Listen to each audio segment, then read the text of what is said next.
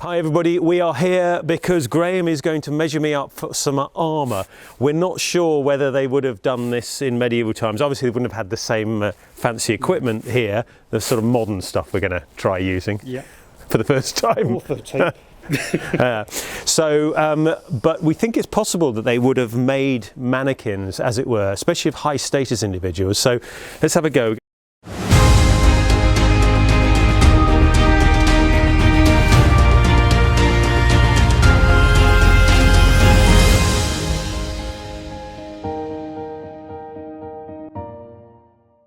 Let's have a go. We're going to do the arm. Let's see what happens.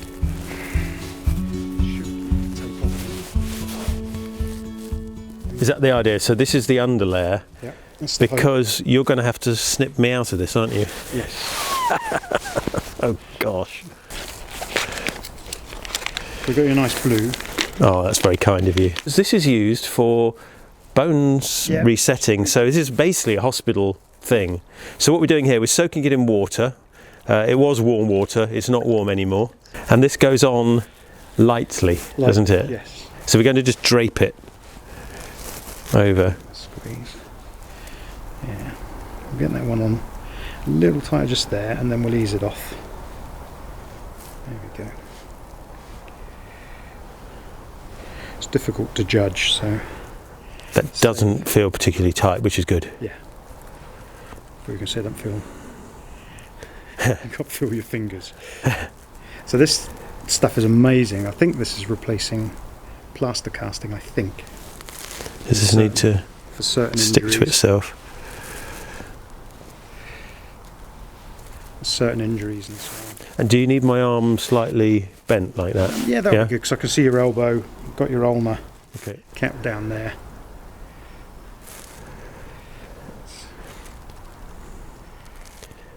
So if anybody knows any historical reference for knights being actually, well, mannequins being made of knights, you could imagine with a decent sort of fitting set of clothes, it could be stitched on and then unstitched and stitched back up, perhaps. The sculpting skills there, because of course we've got the effigies. Yeah, that's true. So they certainly knew how to sculpt.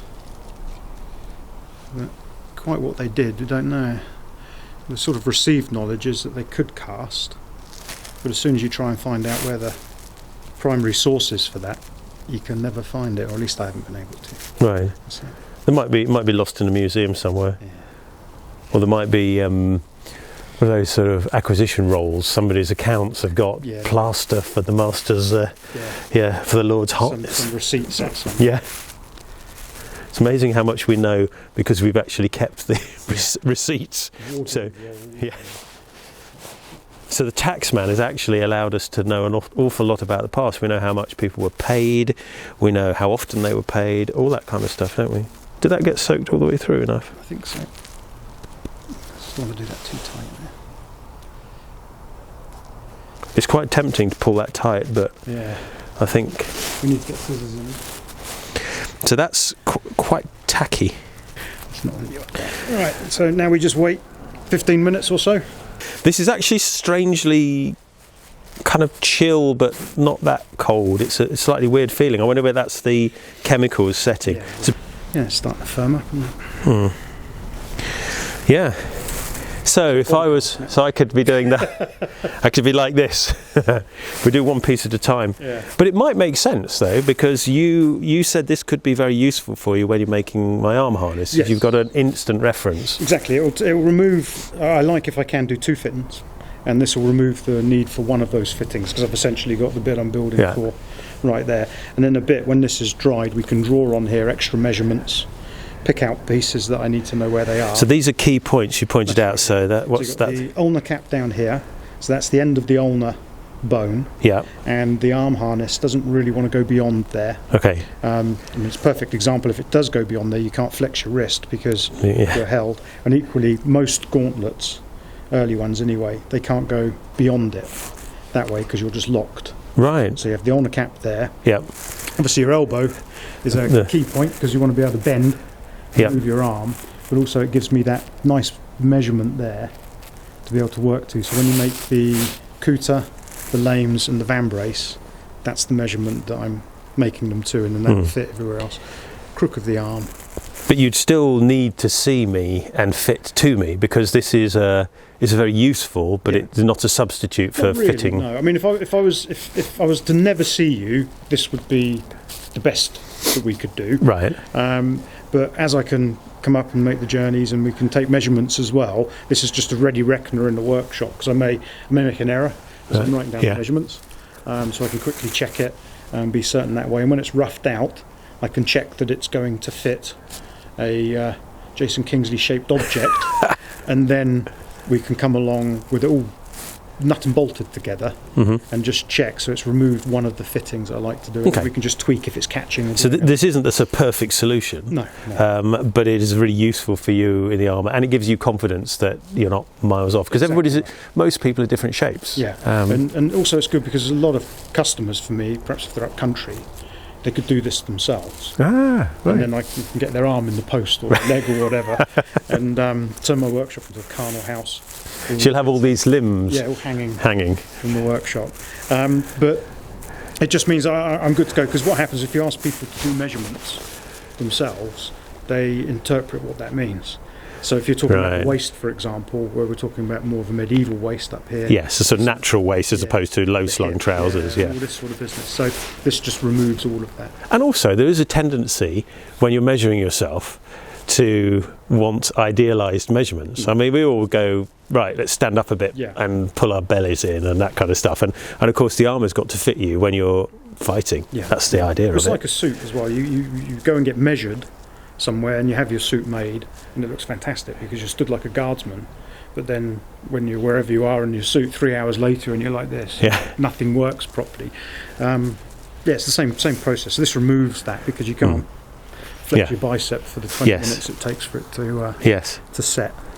And one of the things we've noticed when you've been measuring me up is that because of the amount of riding I do, and that uses a lot of static tension on your arms, you're holding your arms you've got to be light-handed. I can't do the movement now. You've got to be light-handed here for a horse, but you've also got to be firm enough to sort of form a base. So my back is substantially bigger than people expect. I'm not a bodybuilder or anything, but the back muscles are disproportionately larger than one might expect, which is interesting because we can tell that medieval archers had disproportionate bodies from some of the skeletal stuff. So that sounds quite interesting, and I wonder whether we could tell whether knights had connections on the back which would show that they'd be riding. I think you'd see it in the forearm as well a lot. Right, because of all the fingers are obviously moved by these muscles up here. Right, so there would have been a different shape there to say a farmer. Yes, and be a different shape, just on professions. They did a full osteoarchaeology on a knight. And looked at him. So I think where the muscles insert and so on, the bones thicken, and that's how they can tell if there's a big muscle on that bit of bone compared to a weak bit. So they should have a fairly good idea of that. How's this? It's still a little tacky, isn't it? Getting there. Try the exciting bit in a minute and get this cut off you. We're not going to be using a circular saw. You'll be slightly disappointed to know. Or a grinder. Or anything like that. We're going to use a selection of scissors. Safety scissors. Safety in the loosest possible form. We're going to be cutting, between this and me. And ideally, I don't want me cutting. No. So supposedly these are the recommended recommended scissors. Well, it's a very good reference. I mean, it's not far. I mean, the armour doesn't fit to the millimetre. No. And nor should it, because it's actually got to move around you. And you've got to wear kit underneath this. We'll have to wear, arming clothes and your underwear and all sorts of stuff. So it can't fit to the millimetre. No. I'm doing things like this on greaves, for example. That's kind of handy because whilst you have got a muscle at the front of your shin, you want that front piece fitting a lot nicer because there's a lot of bone involved. It's a bit nasty, but it should just make sure that's... But you can always take this off, because we're just getting this off me, and then presumably you can reconstruct my arm, and all of this can come off. We'll have a big cut up the back, and I can just rebuild it. And then I'm going to probably fill it, I'm hoping, with expanding foam. Okay. Which won't turn you into the Hulk. So it'll just fill the space and make it more rigid, hopefully. Are you going to mark the various points on it? I mean, not that you can't see where they are, but No, it just means it's ready wrap. oh, So you got your over there. I can't see what he's drawing on my arm, so hopefully it's nothing rude. Sorry you broke your arm. That's your elbow there, isn't it? Yeah, sorry I tripped you up. Yeah. Let's make a run for it now. Yeah. We've removed all the scissors. Yeah. The challenge for the day. I'm not going to be able to drive in this. The challenge for the day is to try and get it off. Yeah. So all I'm doing here is I didn't want to wrap the wire up to your shoulder. So I just want to measure that space. So is that to the Top of your To shoulder. top of the shoulder. Because the Armour doing is an integrated spolder. So the spolder will be sat up here, and that's taking the weight of the arm. right? I just wanted to sort of gauge. Right, from your arm. right. I see. Yeah, because we haven't done the shoulder No. at all. Yep, happy with that. Yeah. Take your time, for God's sake, don't rush. This involves my flesh. I'm sure you'll shout. I will let you know. All right, let me just move my... Yeah, there's a little bit of flesh catching there. Okay, I think that's fine. Yeah. I think what it does is it's a little bit like a snowplow. It sort of pushes a mound of flesh ahead of it a bit, and I have to sort of slightly adjust it, like pulling your sleeve back down again. So exactly where you're cutting, does that matter, or is that just you're just getting the thing off, basically? Theoretically, it shouldn't make any difference because I've got the technology to rebuild you. You're a sort of 6.5 pence man at the moment. Right. I mean, I suppose this isn't an exact thing. This is a very, very useful reference for you. Right? So rather than a set of measurements, you've actually got the three-dimensional shape Exactly. to look at. And with your skills as an armourer, you know, curves are something that you learn in your craft. Yeah. There is something quite disconcerting about the sound of scissors Yeah. very close to your own flesh. You can't see what I'm doing. No, it's... I think the discomfort is actually more from small hairs being caught in it. So it is an unfamiliar Yeah. feeling, but it's a bit like taking a plaster off.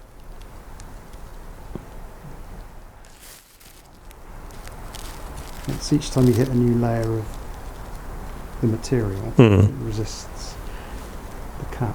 Mm. As I say, take your time.